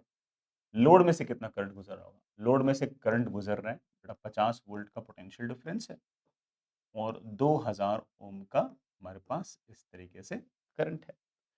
हम बड़े आराम से ऐसे कह सकते हैं कि दैट कम्स आउट में 0.025 एम्पियर। अब 0.05 एम्पियर में से 0.025 एम्पियर अगर इसमें से निकल गया तो इसमें से कितना करंट जाएगा? इसमें से करंट जाएगा obviously 0.05 minus 0.025, I think it comes out में 0.025। ये हमारा करंट आ गया। हम चाहे तो बड़ा इसको 25 मिली एम्पियर भी कह सकते हैं। This is our answer. NTA बेटा एक सवाल और पूछता है, हालांकि इसका आंसर तो आ चुका है। एक सवाल और पूछता है कि what is the power of diode. अगर पावर ऑफ डायोड अगर पूछ रहे हैं तो बेटा कुछ करने की जरूरत नहीं है। That is voltage of diode multiplied by current of diode. Voltage कितना है? 50 वोल्ट। करंट कितना है बेटा? 25 मिली एम्पियर, 25 इंटू 10⁻³ एम्पियर। वोल्ट इंटू एम्पियर बेटा आपका वोल्ट हो जाएगा और आपके पास बड़ा बड़े आराम से आंसर आ जाएगा। 25 इंटू 5 1250 वोल्ट इंटू 10⁻³ वाट या फिर 1.25 वाट। ये बड़ा मेरा आंसर आ गया। ठीक है, मतलब आंसर किसका अगर पावर पूछा होता तो वो वाला सवाल बेटा कोई ना कोई एक्सपेक्ट करना कि किसी न किसी शिफ्ट के अंदर ऐसा होगा कि आपसे जेनर में से गुजरने वाला करंट पूछेंगे, तो किसी शिफ्ट के अंदर आपसे पावर पूछेंगे। तय बात है, मैंने आपको दोनों चीजें एक साथ ही सिखा दी। ठीक है, नेक्स्ट इज बिल्कुल आसान सवाल। What is the potential difference between A and B. A और बी के बीच पोटेंशियल डिफरेंस पूछ रखा है। अब इस 30 वोल्ट से करंट तो ऐसे आएगा और जब करंट यूं आ रहा होगा तो ऑफ कोर्स बेटा ये जो डायोड है ये तो आपका फॉरवर्ड बायस होगा। फॉरवर्ड बायस होगा तो it will behave like a short wire. Sir इस बार आपने वो 0.7 वोल्ट या 0.3 वोल्ट नहीं घटाया। बेटा इसलिए क्योंकि इस बार बोल नहीं रखा ना कि ये सिलिकॉन है या जर्मेनियम है, तो वो इन्फॉर्मेशन तो है ही नहीं मेरे पास। तो ऑफ कोर्स बेटा मैं तो ऐसे एक आइडियल डायोड ही मान के चलूंगा, है कि नहीं? अब मुझसे क्या पूछ रखा है कि ए बी के अक्रॉस पोटेंशियल डिफरेंस कितना है? बड़ा बिल्कुल आसान सवाल हो गया है तो। 10 किलो ओम और 10 किलो ओम दोनों पैरेलल में है, तो बड़ा मेरे पास कितना हो गया इन दोनों का? R equivalent 5 kilo ohm. ये 5 किलो ओम और ये 10 किलो ओम दोनों बेटा आपस में सीरीज में है, तो मेरे पास ये हो गया 15 किलो ओम। 15 किलो ओम बेटा मेरे पास टोटल आर इक्विवेलेंट हो गया। 30 वोल्ट की बैटरी है बेटा, करंट कितना आएगा? 30 वोल्ट अपॉन 15 किलो ओम। ये बेटा करंट आएगा। ये जो करंट आएगा दोनों बड़ा बराबर बराबर है, तो इसमें से आधा करंट इसमें से निकल जाएगा, तो इसमें से करंट कितना निकलेगा? 15 वोल्ट अपॉन 15 किलो ओम। मुझसे पूछा यहां से तक का पोटेंशियल डिफरेंस कितना होगा? पोटेंशियल डिफरेंस होगा current multiply by resistance, but resistance is of course 10 kilo ohm. बड़ा किलो ओम कैंसिल, 15 से बड़ा 15 cancel, I think answer comes out to be 10 volt. बड़ा 10 वोल्ट का पोटेंशियल डिफरेंस आएगा यहाँ से यहाँ या फिर यहाँ से यहाँ। ये तो बड़ा बिल्कुल सिंपल जो हमारा क्या कहते हैं बेटा करंट इलेक्ट्रिसिटी वाला सवाल है वही हो गया। Next is choose the correct. Again बेटा लॉजिक गेट के खूब सारे सवाल आएंगे, मैं आपको 2 सवाल करा के दिखा रहा हूँ, ऐसे से ही सवाल है, ठीक है। हालांकि मैंने बोला कई बहुत ही है ना ऐसे फॉर्मूला वगैरह भी याद करा रखे हैं, डे मॉर्गन लॉ वगैरह, वो अगर याद कर लोगे तो बेटा कई सवाल और आसान तरीके से आपके बन जाएंगे। लेकिन बेस्ट ये कि आपको ट्रुथ टेबल बनानी आनी चाहिए, ठीक है। मैं 2 सवाल लेके आया हूँ, मुझे मेरे को ऐसा फीलिंग है कि इन 2 सवालों से आप सारी सारी बातें सीख जाओगे। Choose the correct logic circuit for the given truth table having input A and B. बेटा ये ए बी इनपुट दे रखा है, आउटपुट बेटा उसके हिसाब से दे रखा है, और कौन सा वाला इसके लिए सही है। तो बेटा ठीक है, करके देखना पड़ेगा, ऑब्वियस बात है बेटा, चेक करके देखना पड़ेगा। चलो, ए और बी दोनों जीरो हैं तो वाई जीरो होना चाहिए। ए भी जीरो, बी भी जीरो है तो वाई जीरो होना चाहिए। पहले मैं चेक करके देख लेता हूँ। ये जीरो आया, नॉट हो गया, तो बेटा यहाँ पर आपके पास वन हो गया, ठीक है। बेटा यहाँ से मेरे मेरे पास जीरो आ रहा है, यहाँ से मेरे पास जीरो आ रहा है। जीरो और जीरो का जो और होगा वो तो बेटा जीरो आएगा। जीरो और जीरो का और क्या आएगा? जीरो आएगा। ये बेटा आपके पास और गेट है, ठीक है। ये वन आया, ये जीरो आया। वन और जीरो के आगे एंड लगा रखा है। बेटा वन और जीरो के अगर अगर एंड लगा रखा है तो बेटा वाई की वैल्यू क्या आएगी? जीरो आएगी। तो इसका मतलब ये वाला तो रीडिंग इसमें फिट बैठ रही है, ठीक है। अब दूसरा चेक करता हूँ, जीरो एंड वन है ना, इसको जीरो करता हूँ, बेटा बी को वन करता हूँ, बी को बेटा वन करता हूँ, बी को बेटा वन करता हूँ, ठीक है। इधर से जीरो आ रहा है, इधर से वन आ रहा है। जीरो और वन का और क्या होगा? वन ही होगा, है ना। जीरो और वन का एक भी अगर वन हो गया तो और तो बेटा आपको वन ही देता है। वन और वन का जो एंड है बेटा वो आपको वाई क्या देगा? वन देगा, तो इट शुड बी वन। इसने बेटा जीरो और वन का जीरो दे रखा है, इसमें जीरो और वन का वन आ रहा है, तो बेटा ऑफ कोर्स ये पहला ऑप्शन तो आपका गलत हो गया, ठीक है। अब दूसरा ट्राई कर लेते हैं। चलो दूसरे पे आते हैं बेटा। अगेन बेटा पहले तो मुझे वही ट्राई करना पड़ेगा, ए को जीरो, बी को जीरो, ये जीरो, जीरो और जीरो का और क्या होगा? जीरो। इधर से जीरो आया, इधर से जीरो आया। जीरो और जीरो का एंड बेटा क्या आएगा? जीरो ही आएगा, ठीक है। Zero zero will give give zero, बेटा ऑफ कोर्स पहला वाला तो फिट बैठ गया। दूसरा ट्राई करते हैं। दूसरा वाला क्या बोल रहा है? दूसरा वाला बेटा मुझे बोल रहा है कि हाँ, दूसरा वाला बेटा मुझे क्या बोल रहा है कि ए जो है वो आपका जीरो है, बी है जो आपका वन है। करके देखते हैं बेटा क्या आता है। इधर से जीरो आया, जीरो और वन का और बेटा क्या होगा? वन। वन और जीरो का बेटा एंड क्या होगा? जीरो। तो बेटा वाई की वैल्यू क्या आ रही है? जीरो। इसमें भी जीरो आ रही है, इट सीम्स फाइन। अब तीसरा वाला पुट करके देखते हैं, वन एंड जीरो पुट करके देखते हैं कि मैं ए को वन पुट कर दूं, इसको जीरो पुट कर दूं। वन और जीरो का और बेटा क्या होगा? वन। इधर से बेटा वन आया, वन और वन का एंड बेटा क्या आएगा? वन ही आएगा। वन और जीरो का बेटा वन, वन और वन बेटा बिल्कुल मैच कर रहे हैं, ये बिल्कुल सही बैठ रहा है, ठीक है। एक और करके देखना बेटा लास्ट वाला, वन वन, ये भी वन, ये भी वन। वन और वन का बेटा और क्या होगा? वन होगा। ये वन इधर से आ रहा है, वन और वन का बेटा एंड क्या होगा? वन होगा। वो ये भी वन आ रहा है, ये भी वन और वन का वन दे रहा है, ये भी वन और वन का वन दे रहा है। इट मीन्स दैट बेटा टू आपका बिल्कुल सही है। थर्ड और फोर्थ ऑप्शन पढ़ने की ऐसी आवश्यकता नहीं है। तो इस तरह के सवाल में बच्चा समझ गया कि है ना, इस तरह का सवाल आता है तो बन जाएगा, लेकिन समय लगेगा, ठीक है बेटा, ऑफ कोर्स समय लगेगा। और यही वाला ऑप्शन बेटा चलो ये टू था तो समय कम लग गया, यही वाला ऑप्शन मान लो फोर्थ होता तो ऑफ कोर्स बेटा 4 बार चेक करना पड़ता है ना, इसमें भी करना पड़ता है, इसमें तो टाइम लगता है। तो इस तरह के सवाल को अगर आप चाहो तो बिल्कुल लास्ट में भी कर सकते हो, लेकिन ये तय है कि इसका आंसर आ जाता है ना? ये इस तरह का सवाल अगर आता है, तो ये पक्का है कि आंसर आ जाएगा, लेकिन थोड़ा एज़ कम्पेयर टू बाकी क्वेश्चन्स थोड़ा-सा आपको टाइम इसमें ज़्यादा लग सकता है। सो पेशेंटली आप थोड़ा-सा जब आपके पास बाद में टाइम हो तब आप कर लीजिएगा ना।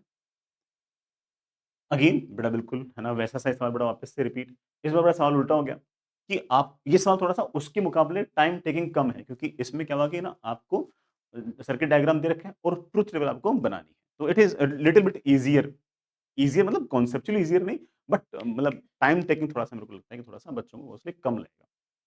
करते बेटा ट्राई।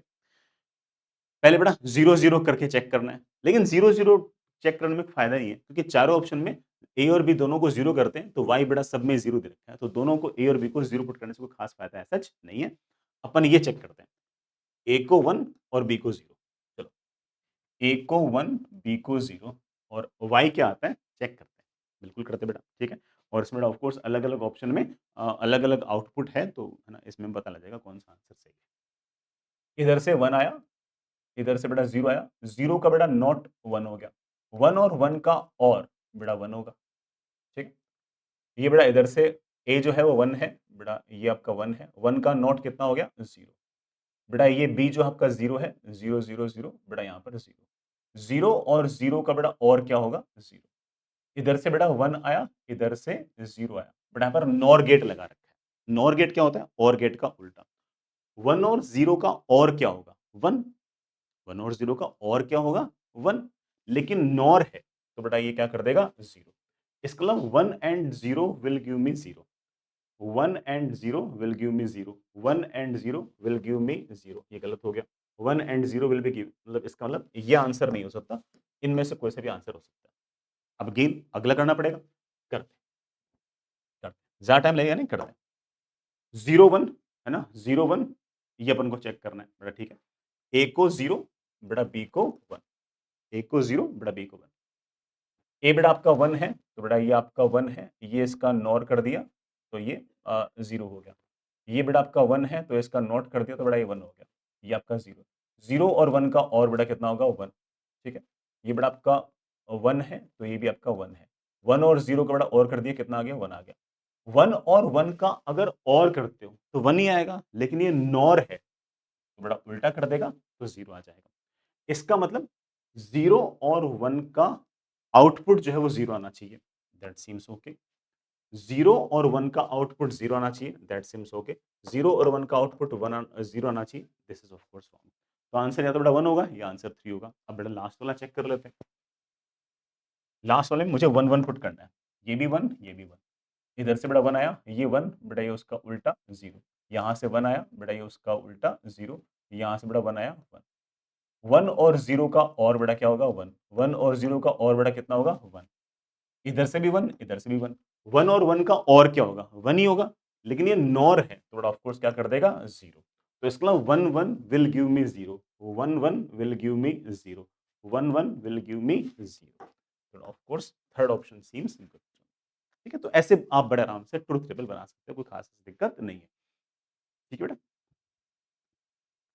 नेक्स्ट इज मेजरमेंट और एरर पे बेटा किस-किस तरह के सवाल बनते हैं? अपन आराम से इत्मीनान से देखते हैं। अगेन मैंने सवाल अच्छे छांट रखे हैं आपके लिए। One main scale division of vernier scale is a centimetre. एक मेन स्केल डिवीजन जो है वो ए सेंटीमीटर्स के बराबर है। ध्यान रखना बेटा, a centimetre. nth division of vernier scale coincide with n minus 1th division of main scale. n vernier scale division जो है वो n minus 1 main scale divisions के बराबर है। तो एक वर्नियर स्केल डिवीजन जो है वो n minus 1 upon n main scale divisions के बराबर है। लीस्ट काउंट पूछ रखा है मुझसे इस वर्नियर कैलिपर का। बेटा लीस्ट काउंट का फॉर्मूला होता है, लीस्ट काउंट का फॉर्मूला होता है एक मेन स्केल डिवीजन माइनस एक वर्नियर स्केल डिवीजन। एक मेन स्केल डिवीजन माइनस एक वर्नियर स्केल डिवीजन, वो है n minus 1 on n main scale division. बेटा मेरे ख्याल से ये 1 अपॉन एन आ गया, शायद 1 upon n main scale division आ गया। बेटा एन ऊपर है ना, हाँ एन कैंसिल। बेटा ये मेरे पास आंसर आना चाहिए। तो that comes out to be 1 by N times एक मेन स्केल डिवीजन कितना है? ए सेंटीमीटर्स है। लेकिन ध्यान रखना बेटा, उसने पूछ रखा मिलीमीटर में बताओ। ये तो ए तो सेंटीमीटर है, मिलीमीटर में कन्वर्ट करना है तो क्या करूँ? तो मेरा बच्चा बोलेगा कि सर अगर अरे बेटा नीचे तो एन था ना। मिलीमीटर में अगर कन्वर्ट करना है तो क्या करूं बेटा, ए सेंटीमीटर को बेटा हम बड़े आराम से क्या लिख सकते हैं, 10 ए मिलीमीटर। ठीक, there must be some option like that, of course बेटा option comes out with fourth one.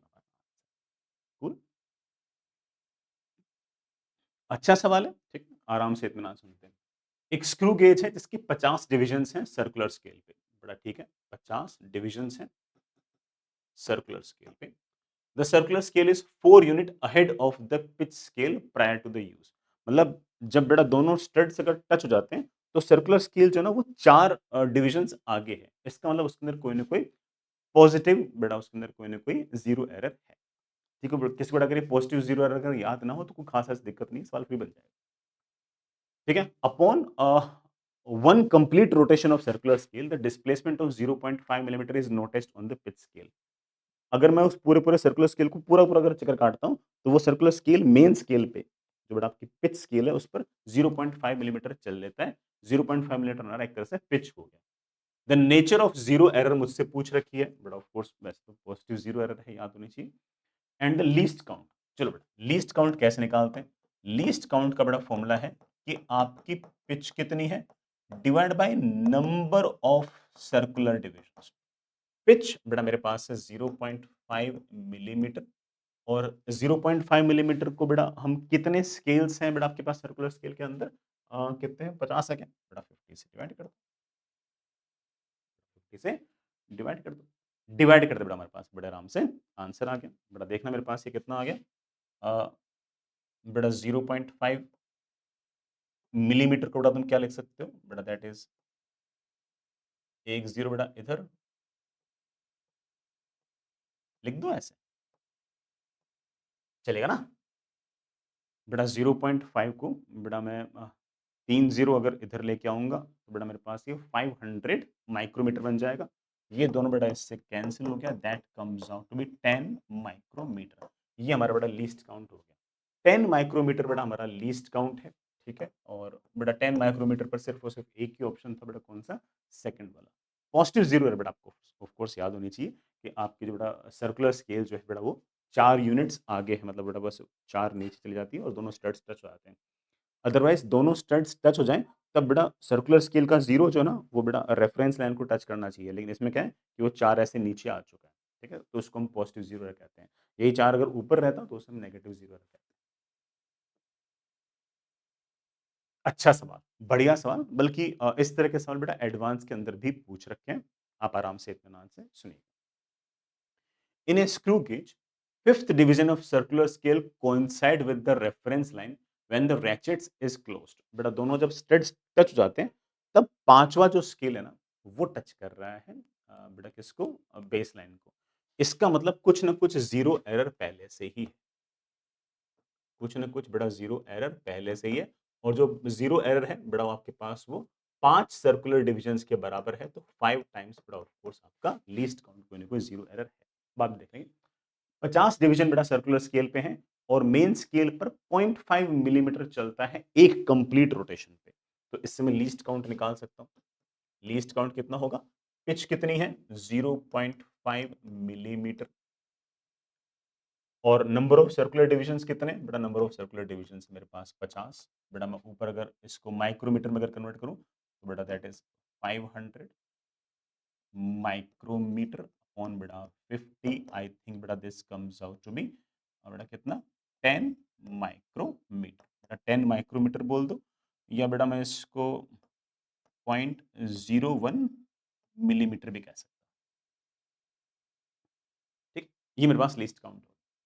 For a particular observation the reading of main scale, reading of बेटा मेन स्केल 5 मिलीमीटर दे रखी है, and 20th division of the circular scale coincide with the reference. ठीक है, तो reading क्या है बेटा, reading हमारे पास है मेन स्केल रीडिंग प्लस बेटा ऑफ कोर्स आपकी circular scale reading. Main scale reading साफ साफ बोल रखी है 5 मिलीमीटर। सर्कुलर स्केल रीडिंग कितनी है, 20 डिविजन। 20 डिविजन की कैसे निकालते हैं, 20 times least count. Least count is 0.01 millimetre. लेकिन ये तो मेजर्ड रीडिंग है, जो आपकी एक्चुअल रीडिंग होती है ना बेटा, एक्चुअल रीडिंग वो होती है बेटा आपकी मेजर्ड रीडिंग बेटा, that is 5 millimetre plus 20 into 0.01 millimetre, ये तो मेजर्ड रीडिंग, माइनस माइनस आपका जीरो एरर। जीरो एरर क्या है बेटा? जीरो एरर है 5 times least count. 5 least count बेटा हम निकाल चुका हूँ 0.01 मिलीमीटर। हमारे पास बेटा 5 मिलीमीटर तो ये आ गया, प्लस बेटा मेरे ख्याल से 15 into 0.01 millimetre, that is 5 millimetre plus बेटा 0.15 मिलीमीटर। बेटा आंसर शुड बी बेटा व्हाट? 5.15 मिलीमीटर। बेटा कोई ना कोई ऑप्शन होगा ऐसा? Of course, बेटा, ठीक है। तो जो बेटा जब भी आपके पास जीरो एरर हो तो क्या करना होता है कि जब हमने रीडिंग मेजर किया ना उसमें से बेटा आप हमेशा जीरो एरर को माइनस कर आपका बेटा एक फिजिकल क्वांटिटी है। अगेन बेटा अच्छा एक्सप्रेशन है, इस एक्सप्रेशन में खूब सवाल बेटा जेई ने पूछे हैं। फिजिकल क्वांटिटी पी जो है वो ए बी सी और डी पर डिपेंड कर रही है। इस फॉर्मूले से P is equals to A square B cube upon C root D. The percentage error in measurement of A B C D are given as these. The percentage error in measurement of quantity P. बिल्कुल आसान सवाल है लेकिन इतना ज्यादा important है कि मैंने उसको मैं करा देता हूँ। P is equals to A square B cube c की पावर -1 डी की पावर -7। परसेंटेज अगर एरर निकालनी हो तो बेटा that is dp upon p into 100, that is percentage error in p। इस 2 को नीचे ले आओ, 2 times da upon a into 100, बेटा ये है परसेंटेज एरर इन a। इस 3 को नीचे ले बेटा, plus 3 times db upon b into 100, बेटा इस -1 को नीचे ले आओ, -1 को बेटा फिर +1 में कन्वर्ट करते हो, एरर में हमेशा ऐड ही होता है, plus dc upon c into 100, बेटा this is percentage error in c। बेटा फिर इस माइनस हाफ को नीचे ले आओ, बेटा माइनस हाफ नीचे आने पर प्लस हाफ हो जाएगा, plus dd upon d into 100, बेटा this is percentage error in d। दे रखा है, दे रखा है, दे रखा है, दे रखा है, पूछा जस्ट वैल्यूज पुट करनी है। 2 टाइम्स बेटा a में परसेंटेज एरर कितनी है 1, b में परसेंटेज एरर कितनी है 2, c में बेटा परसेंटेज एरर कितनी है 3, डी में बेटा परसेंटेज एरर कितनी है 4, 2 2 6 3 2, बेटा सही तो लिखा ना? 2 3 6 3 9 और 2, बेटा कितने हो गए? 12 और 15, बेटा कितना 17 हो गया क्या? बेटा चेक करने पर 3 2 5 5 और 6 11,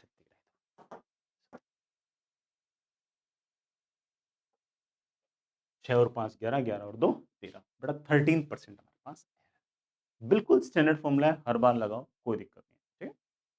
नेक्स्ट इज ऐसे बेटा एक और सवाल। इस बार बेटा मुझे रिलेटिव एरर के लिए बेटा एक वर्ड और यूज करते हैं, that is fractional error. Relative error बोल दो या बेटा फ्रैक्शनल एरर बोल दो, एक ही बात है। z जो है वो a b और c पर डिपेंड कर रहा है और मुझे z में फ्रैक्शनल एरर पूछिए, बिल्कुल निकालेंगे। z is equals to A square B cube c की power -4, delta z upon z is equals to, बेटा 2 को नीचे ले आओ, delta a upon a plus 3 को नीचे ले आओ, बेटा डेल्टा b अपॉन b, -4 को नीचे ले आओ, बेटा एरर में आप हमेशा ऐड करते हो, डेल्टा c बेटा this should be our answer. 2 times delta a upon a, 3 times delta b upon b, बेटा माइनस नहीं प्लस आना चाहिए, 2 times delta a upon a, 3 times delta b upon b plus 4 times delta c, this should be our. पूरे को बेटा अगर 100 से multiply कर देंगे तो परसेंटेज एरर आ जाएगी। ये आपके पास रिलेटिव एरर या फिर आपकी फ्रैक्शनल एरर थी। आई होप बेटा मैंने जो आपको 112 सवाल कराए, आपने सारे के सारे बेटा 112 सवाल आपने बड़े आराम आराम से इत्मीनान से खुद भी सॉल्व किए होंगे। मैं बिल्कुल श्योर हूँ कि ये सारे के सारे सवाल बेटा किसी न किसी शिफ्ट के अंदर फिर से आएंगे। प्रवीण स्टार के एक बच्चे ने एक बात कही थी कि सर आप है ना कुछ ऐसे सवाल भी करा देना जो फॉर्मूले से ना बने, ऐसे पीवाईक्यूज ले आना जो फॉर्मूले से ना बने, जिसमें थोड़ा सोचना पड़े। वैसे हालाँकि इनके अंदर भी आपने नोटिस किया होगा बेटा, काफ़ी सारे सवाल ऐसे थे जो फॉर्मूले से बन नहीं रहे थे, है ना? क्योंकि अगर मान लो कि किसी एक ही कॉन्सेप्ट मान लो 2 सवाल ऐसे थे कि फॉर्मूले से बन रहे हैं, या एक फ़ॉर्मूले से नहीं बन रहा, तो मैंने जानबूझ के जो फ़ॉर्मूले से नहीं बन रहा था ना, वही चूज़ किया। या फिर बेटा मान लो कि लेट्स से कि किसी सवाल के अंदर एक ईज़ी था, मतलब सेम कॉन्सेप्ट पे 3 सवाल हैं, तो मैंने जो टफ़ वाला था ना, वही लिया था, मैंने आसान वाला नहीं लिया। तो मैंने कुछ-कुछ तो बेटा इसके अंदर भी मैनेज हो गए होंगे, बट फिर भी किसी बच्चे ने मेरे को कहा था कि सर कुछ सवाल ऐसे ले आओ, ख़ास तौर से जो थोड़ा-सा रैंकर टाइप का बच्चा है, वो थोड़ा-सा सोचने वाला सवाल भी करना चाहता है, तो आप फ़ॉर्मूले के बिना जो सवाल होते हैं ना, वो भी एक बार करा दो। तो मैं कोशिश करूँगा कि मैं अगले 4-5 दिन के अंदर आपको वो वाले सवाल करा दूँ, जिसमें डायरेक्ट फ़ॉर्मूला ना लगे, हमें बेसिक से सोचना पड़े। हालाँकि ऐसे सवाल बहुत ज़्यादा नहीं होंगे, बट मैं आपको वो सारे सवाल करा दूँगा, ठीक है? और बेटा किसी चीज़ की अगर आवश्यकता हो, किसी भी चीज़ की अगर आपको रिक्वायरमेंट हो, आपको लगता हो कि हमारे सर हमारे लिए ये चीज़ कर देंगे, तो हमारी रैंक जो है ना वो है ना हाफ़ हो जाए, 1/3 हो जाए, है ना, 3/4 हो जाए, थोड़ी-सी बढ़ जाए, तो please let us know, we will do it. ठीक? All the best. बाय।